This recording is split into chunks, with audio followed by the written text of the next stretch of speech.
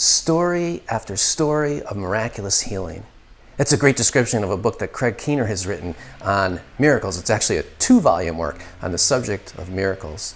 Keener is a very well-respected mainstream scripture scholar who's always wondered what to make of miracles. He grew up as an atheist, and when he came to Christian faith, it wasn't because of miracles, it was because of the philosophical reasons, because he found Christianity the most compelling worldview, the philosophical evidence.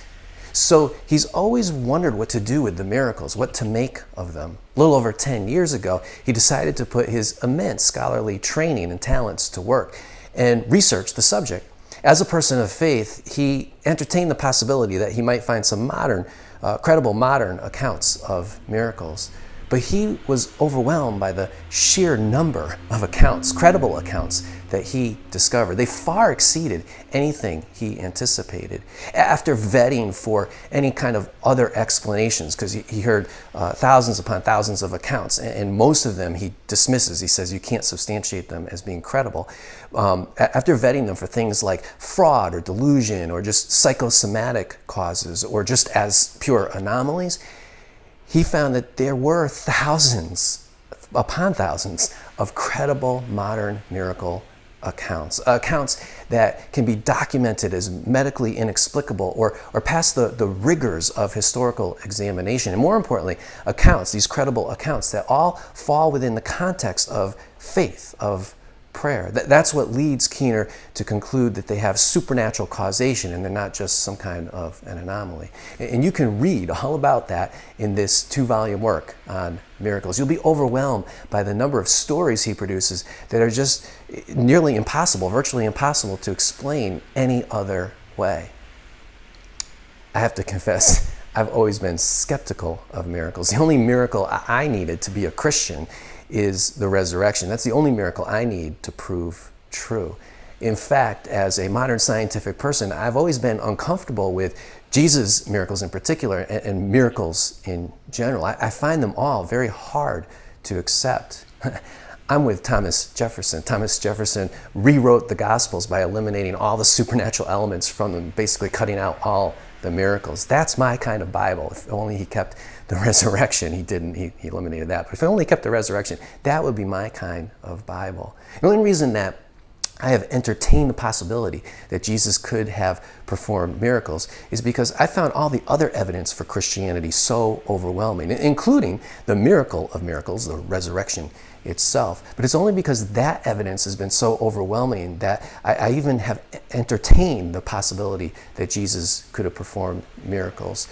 For many years, when I first came to Christianity, came to faith, I was looking for all kinds of alternate explanations, naturalistic explanations for Jesus' miracles. Like maybe it was his force of personality that brought out these psychosomatic healings in people, and that could offer a naturalistic explanation for what he was doing. I was so uncomfortable with the fact that he performed miracles.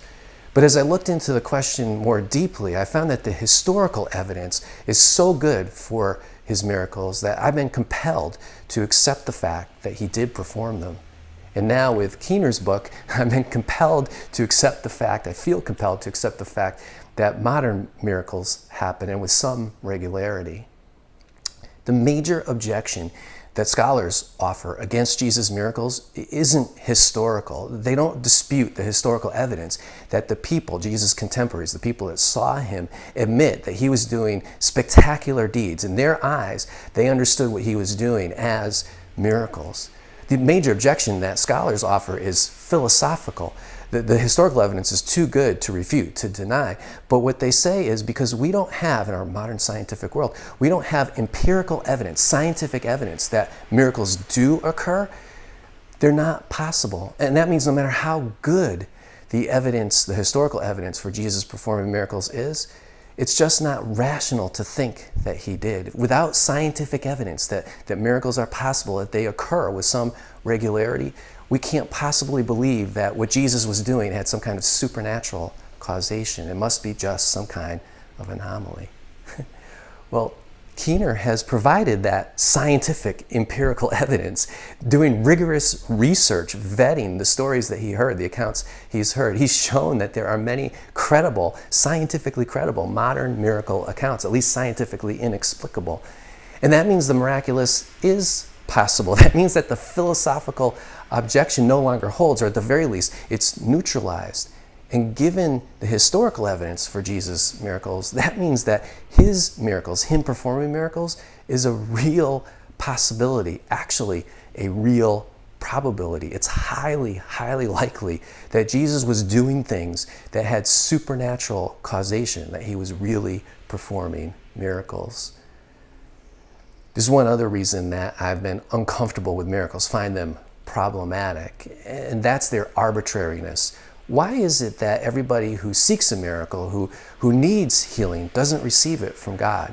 To me, that's really problematic because that's not consistent with a loving God. And I'd prefer that God perform no miracle at all than be so arbitrary.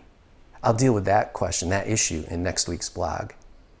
What about you? What do you make of miracles, Jesus' miracles in particular and miracles in general? How do you understand them? I'd love to hear your thoughts. You can go to the Contact EJ page of the Raising Jesus website and leave your comments there. I look forward to hearing from you.